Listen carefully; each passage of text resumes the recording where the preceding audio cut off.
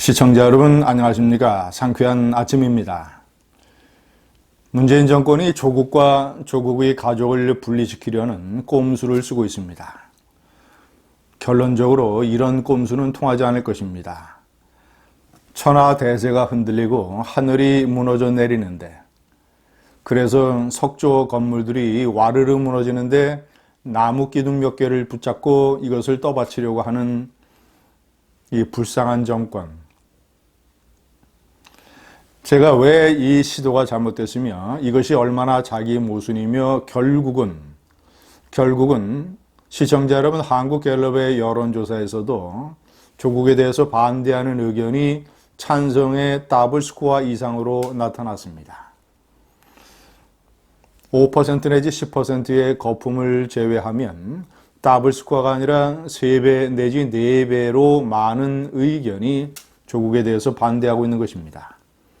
천하 대세가 제가 여러 번 말씀드린 대로 오래전에 벌써 기울었습니다. 강기정 청와대 정무수석이 전남대학교 삼민투 위원장 극렬학생운동권 출신이죠. 전직 더불어민주당 의원 일부러 기자실을 찾아가서 이런 엉뚱한 정권의 논리를 마구 뱉어냈습니다. 제가 우선 어떤 것이 어떻게 잘못된가를 한번 보여드리겠습니다. 첫 번째, 강기정이 이렇게 얘기를 했습니다. 지금 조 후보자가 수사를 받는다고 단정 못한다. 윤석열의 검찰이 전격적으로 압수수색을 단행한 것이 조국 가족에 대한 수사이지 조국에 대한 수사는 아니라는 주장입니다. 왜 이런 주장을 자꾸 강조하느냐? 왜냐? 윤석열의 압수수색이 문재인 좌파 정권이 조국과 관련된 가장 약한 급소를 찔렀기 때문입니다. 수사를 받는 형사 피의자가 어떻게 법무부 장관이 될 수 있느냐? 압수수색 하나로 이런 여론이 들끓고 있습니다. 당연한 것이죠. 만약에 조국에 대한 수사가 계속 진행이 된다면, 그리고 문재인이 만약에 조국을 법무장관으로 임명하게 된다면 법무장관이 검찰의 소환이 되고 검찰의 수사를 받는 이런 유례가 없는 사건이 벌어지게 되는 것입니다. 아무리 철면피 정권이라 하더라도 이런 부분이 너무나 아프기 때문에 결국은 이 부분을 호도하기 위해서 조국이 아니라 조국의 가족이 수사를 받는 것이다. 조국에 대한 수사는 아직 없다. 이런 식의 논리를 강변하고 있는 것입니다. 그러나 시청자 여러분, 압수수색을 한 20여 곳 중에서 예를 들자면 노환중 부산대 의전원 교수의 연구실이라든가 아니면 오고돈 부산시장 사무실이라든가 이런 것들은 노환중이가 장학금을 뇌물로 준 것 아니냐, 조국과의 커넥션 때문에 부산의료원장에 임명된 것 아니냐라는 조국과 관련된 혐의에 대한 수사 아닙니까? 명백하게.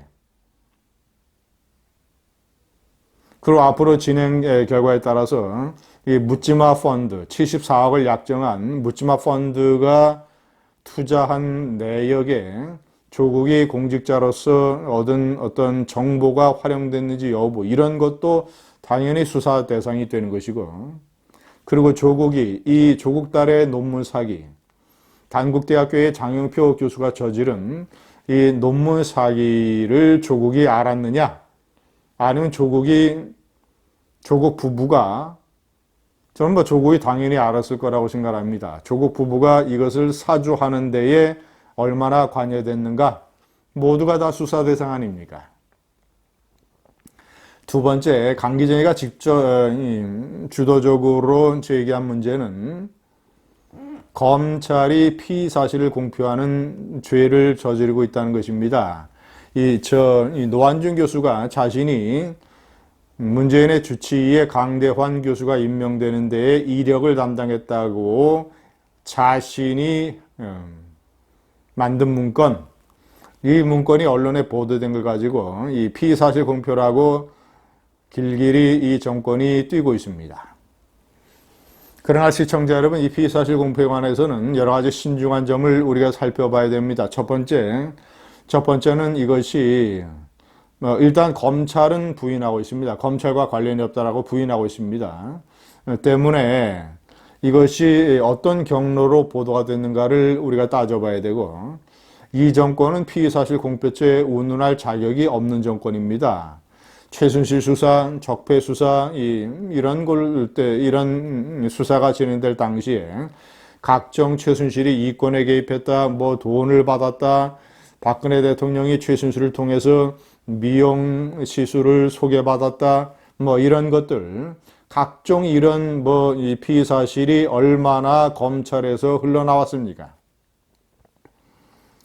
일단 검찰이 수사를 할 때, 특검하기 전에 검찰에서 흘러나온 이런 각종 제대로 확인되지 않은 이런 것들이 선동과 조작의 난무와 얽혀서 국회가 서둘러서 탄핵 소추를 제기하는 데에 적극적으로 활용됐던 것 아닙니까? 검찰에서 흘러나온 피의 사실 때문에 탄핵 소추가 이루어졌다고 해도 과언이 아닙니다. 그렇다면 이 정권의 탄생은 피의 사실 공표와 깊숙이 연관이 되어 있다.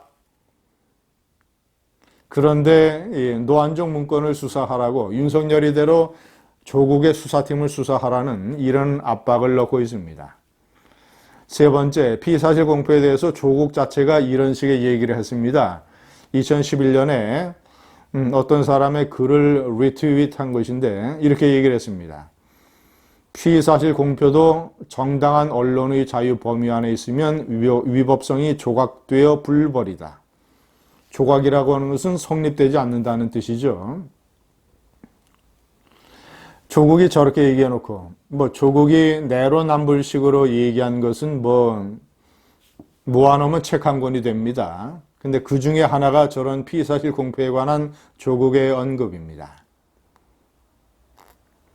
검찰이 관련성이 없다고 부인을 일단 했고, 그러나 어쨌거나 피의사실 공표를 거론하는 것 자체가 조국이 스스로 얼굴에 먹칠을 하는 것이다. 네 번째, 조국 가족의 증인 채택을 적극적으로 저지하고 있습니다.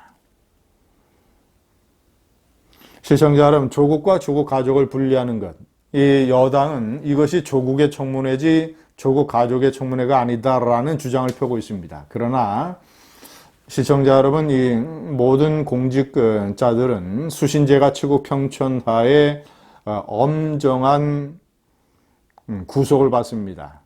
수신제가 조금 수신은 망한 것이 말할 것도 없고 제가에서도 철저히 망했지 않습니까? 치국하러 나서기 전에는, 법무부 장관이 되러 나서기 전에는 재가를 하고 재가 이전에는 수신을 해라. 시청자 여러분, 노무현 전 대통령이 왜 투신해서 생을 끝냈습니까?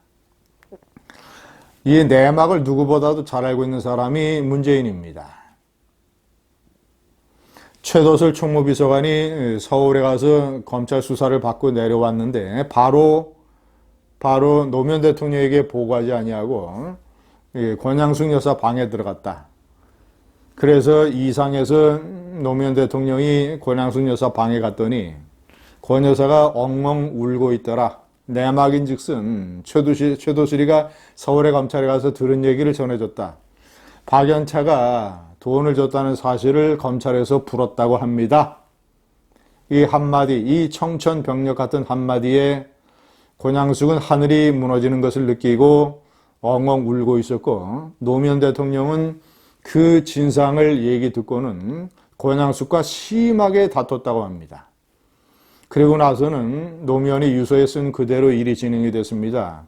글을 쓰지도 못하고 그 책을 읽지도 못하게 해서 완전히 노무현은 정신적 공황 상태에 빠져서 부엉이 바위에서 투신한 것입니다. 이 내용을 전부 당시 노무현의 비서실장이었던 문재인 변호사가 한겨레 신문의 인터뷰에서 자세하게 털어놓은 겁니다. 문재인은 누구보다도 가족의 문제가 이렇게 한 공직자의 자살까지 불러온다는 것을 알고 있을 것입니다. 그런데 조국과 조국의 가족의 문제가 별개라고요? 손바닥으로 하늘을 가르는 일입니다. 자, 마지막. 조국도 의혹투성이지만 가족의 혐의만으로도 법무장관은 끝이다. 조국도 철저하게 수사를 받을 것이고 조국 가족에 대한 수사는 더욱더 빠르게 진행이 될 것입니다. 아무리 여권이 강기정이가 궤변을 드러나도 조국에 대한 수사와 상관없이 가족에 대한 혐의와 가족에 대한 수사만으로 법무장관은 끝! 문재인과 강기정과 여권은 노무현이 왜 자살을 했는가?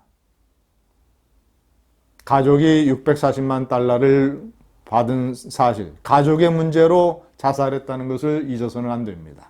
감사합니다.